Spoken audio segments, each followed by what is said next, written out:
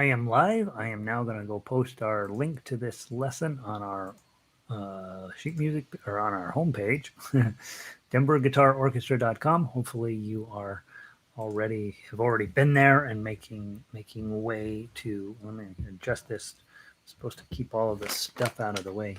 You're not supposed to know I'm eating almonds. I guess almonds are bad for the environment now. If you're catching this as a recording, you should know, as part of the Denver Guitar Orchestra, this is weekday lessons on all of the levels 1, 2, 3, and 4. And I am going over to the Denver Guitar Orchestra right now to post our link. And I think that once we've done that, we will be ready to rock out on Itsy Bitsy Spider. Probably the chances of you clicking on a link that said instrumental guitar Itsy Bitsy Spider are pretty low unless you already knew what you were getting into. So welcome back. And hopefully this piece of lesson today will make you a better guitar player. And if it doesn't, it's going to make me a better guitar player in any event. So I'm pretty excited about it. Let me make sure that this link is working properly. And I click there, and sure enough, there I am. I will be ready to rock the house now. We're going to wait just a second while everybody loads in. Everybody, meaning the 1 or 2 people who come listen to these. And then they haven't been popular. So you're in a very unique web space. Let me repost the lesson from yesterday on the archive page. Hit update for that. That was Hide and Roast Line yesterday, one of my favorite songs. So as you work through the levels, level 1, the songs not suck. They're very important songs to develop your essential toolbox. And then level 2, the songs get a little better. And by level 3, the songs are actually tremendous. And so, and then level 4 is super hard songs to play. And level 5 is when you're actually writing the songs as well. So it's a process. You start at whatever level you're at and you move forward. There are no songs in here, or there are no techniques and tools in here that aren't important. And so it's probably a real good idea for you to study all of them. And we are in book 2 today. Every Wednesday we do a song out of book 2, and Itsy Bitsy Spider happened to come up today. The nice part about Itsy Bitsy Spider is that the chord structure is actually hard as heck with only 2 chords. And the melody itself, most everybody knows it, right? So you don't need to spend a ton of time working on how the melody goes. It's just about getting it correct. The other thing is you got some 4s, your pinky, 4th string, 4th fret. That's going to come up a lot in your guitar life, and unfortunately. And so you might as well get it figured out now, because when you're needing to play Eric Clapton's whatever, you want to have that skill already solid. Most of you guys have been with me before, so you are aware that I play one of the most expensive and legendary guitars in all of the world. I'm very lucky to have been able to get my hands on a guitar like this. The reason I'm excited about this one is that it's a classic guitar, and it has a special notice in here. I don't know what else, right? Probably cost $49 when it was new, and it's worth $40 now. Put a decent set of strings on an old guitar, clean it up a little bit, adjust the action. They're fine. You don't need you should stop shopping for guitars and just start playing one guitar, whatever you have, right? All right. 2 chords that we're going to be working on today: G chord, index, middle, and ring. That's a level 1 guitar chord. Okay, comes up every day of your life. There's never going to be a day when you don't play G. And then the problem is that you got to get to D7. And so when you're in this position, you're going to have to dump all of your fingers. Index finger needs to end up right here, 2nd string, 1st fret. And then your other 2 fingers will learn to behave, 3rd and 1st strings on the 2nd fret. Okay, and we generally want to just play the bottom 4 strings. If you hit the 5th string, it's not the end of the world. Sometimes sounds better.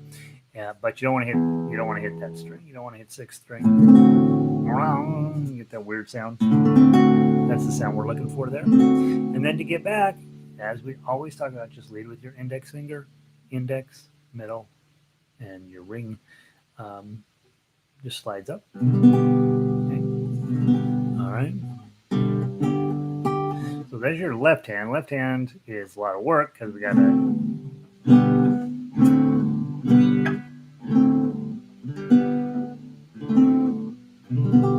As with I talk about all the time, you can do yourself a whole bunch of good early on in your career to just stop trying to play songs and start trying to memorize how you get from one chord to the other and back.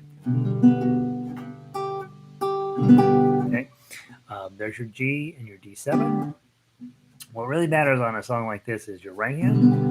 We're going to be in 6/8, so sometimes we count 6/8 as 1, 2, 3, 4, 5, 6, and sometimes we count it as 1, 2, 1, bum, bum, 2, bum, bum, 1, bum, bum, 2, bum, bum. Occasionally you'll count to 6/8 in 3/3, but it's pretty rare. We do it in green sleeves.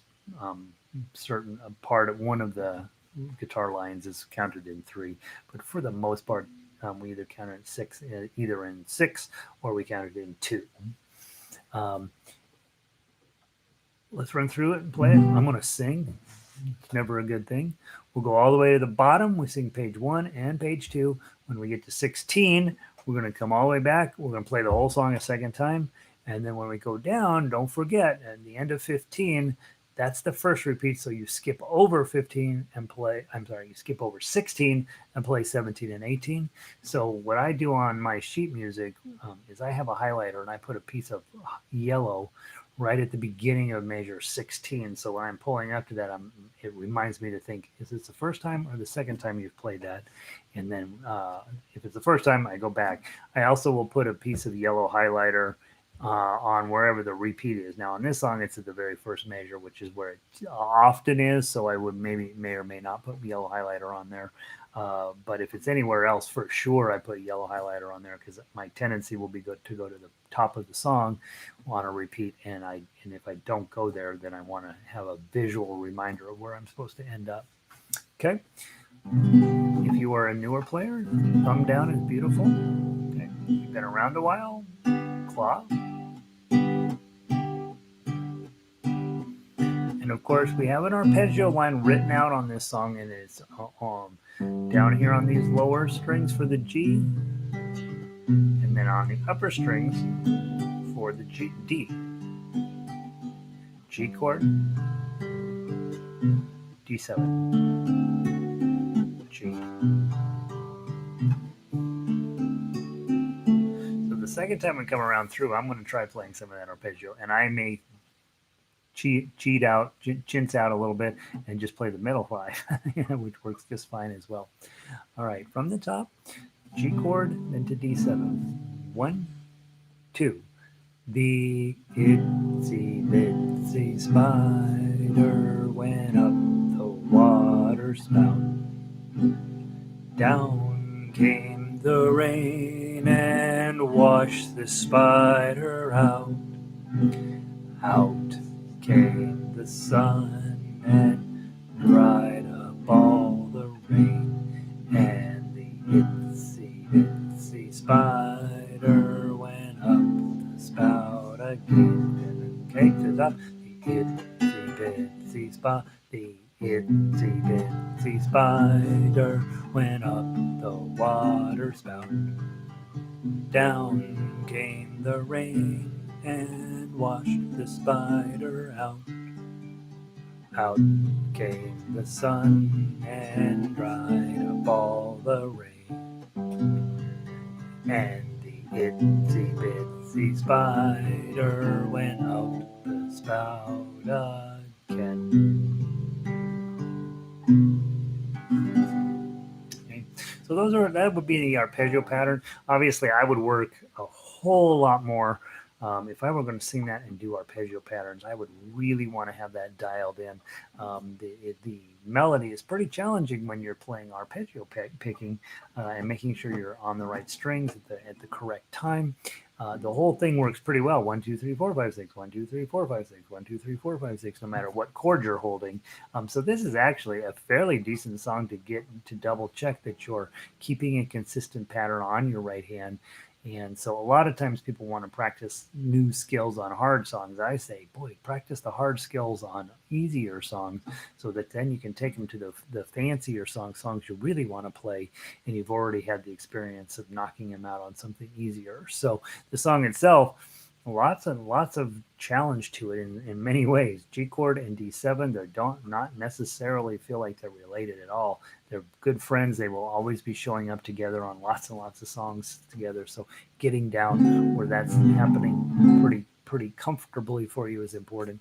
And then of course the upper arpeggio and the lower arpeggio, very fun thing to do. And one of those things is shows your advanced skill set. And then if that's not working, just grab the middle four strings. That usually works just fine. 1, 2, 3, 4, 5, 6. And you could just see how that would simplify your right hand a little bit. The itsy bitsy spider went up the water spout. Right? And so now I'm not having to worry about which string I'm on. I'm just on those strings every single time. So, build your skill set little by little until you're doing everything that you possibly can to create some crazy beauty in this song. All right, so we've got your G chord and we've got your D7. That's the big takeaway from Itsy Bitsy Spider. We've got arpeggio picking, we've got strumming, and of course we've got claw picking, which is the other one. The itsy bitsy spider went up the water spout. And now claw picking is absolutely something that we have this tendency to think that if we're in the claw, we should be doing the arpeggio pattern because it sounds fancier, but not always. This song, Itsy Bitsy Spider, is marching along, bum, ba, bum, ba, bum, bum, ba, bum, ba, bum, and it leads itself to that type of picking on your right hand. So, be adventurous, try different ways, figure out which way works for you the best. And I think you can end up with a fun song here. Also, note everybody knows this song, right? So the benefit of that, if you were going to go teach somebody how to play guitar, this is a great song to get them started on. Teach them how to make a D chord, how to make a D7, and then teach them just to pluck, right? And you're teaching them a whole bunch there because that's the exact skills that we're going to be using in levels 3 and 4 and 5 as you grow as a musician. So what the heck? This is a great place to get started. All right. Now, I do have it arranged in G, and it's a tiny bit low. You notice that it probably as I was singing it, I'm barely getting enough air out because it's so low. It's really at the bottom of my ability to sing it. But the reason to put it in G is to give you an opportunity to try some of these other fingerings and to see what it's like to play on the lower strings and still get a clean melody out. Okay, so your first note, we're going to slide down now to the guitar melody line. You got a 4-on-4. This comes up a lot, so it's something you want to make sure you're using your pinky on. Fourth finger, pinky, fourth string, fourth fret. Da, da, da. I don't know if my voice is hitting it right, but that's about where it is. Da. And then your next 3 notes are zeros, right? So then you've got to get your rhythm right. Itsy bits, then a 2, E, and then a 0. Spider went up the 2, oh, oh, 2, 3, 4, 5, 6. Oh, 2, 3, oh, 1, 3, 3, 1, oh, 1, 3, oh, 2, 3, 4, 5, 6. Oh, oh, 2, oh, 2, 3, oh, 5, 6, 2, oh, 2, oh. What's the next note? Oh, 2, 3, oh, 4, oh, oh, oh, 2, oh, oh, oh, 2, oh, 2, oh, oh. Then let's go back and play it again. 4, oh, the wrong direction. And all of a sudden, I'm like, that music doesn't look right. Start from the repeat. We'll start with that 4 and then go 1, 2. The itsy bitsy spider went up the water spout. Down came the rain and washed the spider out. Out came the sun and dried up all the rain. And that's a 4. It's always jumping in there, right? It's always sort of like, oh, I don't like that. The itsy bitsy spider went up the spout again. 2, 3, 4, 5, 6. 1, 2, 3, 4, 5, 6. Counting and singing can serve more or less the same purpose if what's on the paper is what's in your head. So if you don't know the song, you almost have to count 1, 2, 3, 4, 5, 6. 1, 2, 3, 4, 5, 6. But if you know the song, singing the lyrics can be an equally effective way. The itsy bitsy spider went up the water spout. Down came the rain. The biggest challenge tablature players have with playing straight line melody is whenever you get to a long note, a dotted half note, or even a half note, or certainly a whole note, chances are you're going to come in early if you're not doing something to count in your head, because we're done with that last note and we're just waiting for our opportunity to hit the next note. And so sometimes lots of times we have a tendency to come in early. So just be mindful. Do something inside of your noggin to make sure you're counting a little bit and helping keep the rhythm steady. If you're playing in a duet, that's your duet partner's job. They're playing the chords, right? G, G, G, G, G, D7, D7, D7, D7, whatever they're playing. Their job is to keep it steady. Then you can play the melody without necessarily counting or even singing the tune, because the chord player is helping you stay in time. That's why we like to play duets. That's why we show up and play with other people. It does not always have to be a super fancy song when you get together. Start with something where somebody is just going to play the chords and you're going to play the melody, and then always try to talk them into switching, right? In orchestra, we have people who sort of specialize in one thing or another because they like playing that way. And when I tell them they have to switch, they get a little bugged. So there's that. All right. Last thing today, this is a fairly quick lesson. So you kind of show up and hold on for the ride. We're going to do the tough acts. Okay, let's walk through the whole thing. Then we'll go through and play it twice, and then that'll be that. The first note stays the same. It's that 4 on 4. 4, 4, 4 on 4 on 4. Now, you can grab your full G chord here, but you don't really need to. Most of the time we grab the full G chord and it's going to be great. The arrangement doesn't have you hitting this top string. Probably should. Maybe it should. I don't know. But it doesn't show that. So you could get away with just holding a different, right? Just holding on your index finger and that's it. I usually do recommend you grab the whole chord anyway, even if you don't have to, because then your guitar will harmonize and the strings that aren't being plucked will vibrate sympathetically with the chord, and it'll end up sounding a little nicer. So it's usually a good idea to go ahead and hold the full chord. Okay, even though the sheet music says you don't have to.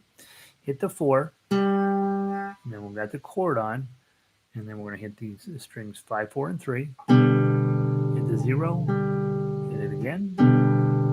You're going to grab the 2, right with your index finger, grab those middle 3 zeros. Hit the 0 again. Grab your D7, you're going to hit strings 4 and 3. Lift up your 2, put it back down, and hit the 0 on the second string. Grab your G chord and hit strings 4 and 3. So those are just decorative notes, 0, 0. They're not in the melody, they're just decoration that fingerstyle guitarists will use to fill in long notes. Now grab the middle 3 again. Hit the 1. G chord, ring finger on the second string. Grab your D7, lift up your index, put it back, pinky on 3, and then go grab your G chord, middle 3 strings. And there's decoration. And it repeats, right? The idea does anyway. Hit the 2 zeros. Go grab your D7. Or sorry, hit the wrong note. Lift up your 2. Hit the 0, and we move over onto page 2. And we're right back to the G chord. Hold on those strings 5, 4, and 3. Pinky on 4. I'm trying to reach with my ring finger, and I know that's not going to work out. So pinky on 4. And probably use your thumb maybe, and then go back to your 2, 0, 0. Hit this again. Hit the 2. Middle strings with the zeros. Your D7. Should grab a real D7. Hit the open. Hit the 2 with the O again. Index finger up. And then in the middle zeros. Okay, and that's it. Helps with maintaining muscle memory associated with chord shapes also. Yeah, Arlo mentions he's here today. Yay, I always appreciate that. The discussion is I usually grab the full chord because it makes the guitar vibrate sympathetically, and the strings you're not hitting, they're vibrating too. And if you're holding the chord, they'll vibrate in the correct harmonics. But more importantly, exactly to what Arlo is suggesting is, hey, if you just grab the chord every time, your muscles start to just be like, oh, it's a G chord, boom, and they're on, and then you don't even think about it anymore. Your fingers are doing all of the work for you. And so that's another reason why, man, if you've got the opportunity to hold the chord and get a few notes out of it, do it, because it's just going to make you sound better, make you faster. The whole thing works pretty nicely. All right, we're going to play a song from the top to the bottom. Okay, and we're going to go nice and slow. Again, when you're newer, play slow. When you're older, play slow. When you're a professional, play slow. When you're amateur, play slow. Slow, slow, slow. You get everything memorized, get everything set in a certain way where you're always going to play it exactly the same way. Then you start speeding it up when you're getting ready for a performance, when you're headed down to the coffee house to knock out an open mic night, or when you're headed to your band's rehearsal where you have to play at a certain speed, or when you're headed up to Red Rock to play your solo show. That's when you play at full speed. The rest of the time, most of us practice way too fast, and so you slow down, let things develop, let your guitar build its full amount of sound that it can. It's just going to make things better for you long term. All right, let's get going. Let's get that 4 ready. I got my G chord. I started with that, and I'm like, all right, I got to get my pinky over here. Okay, from the top, nice and slow. 1, 2, 4.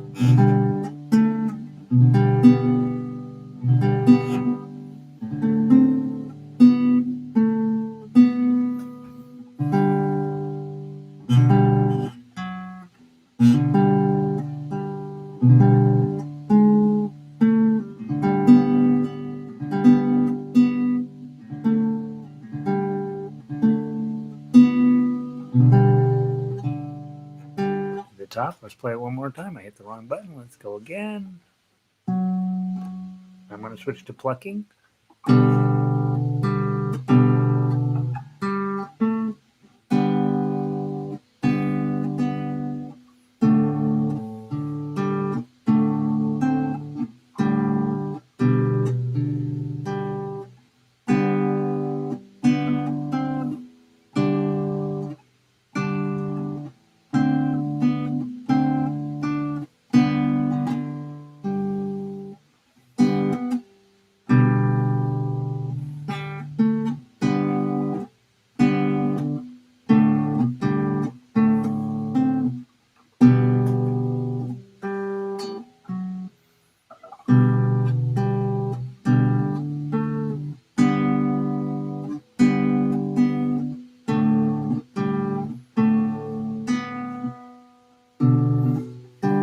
play it again because I butchered it too well. From the top.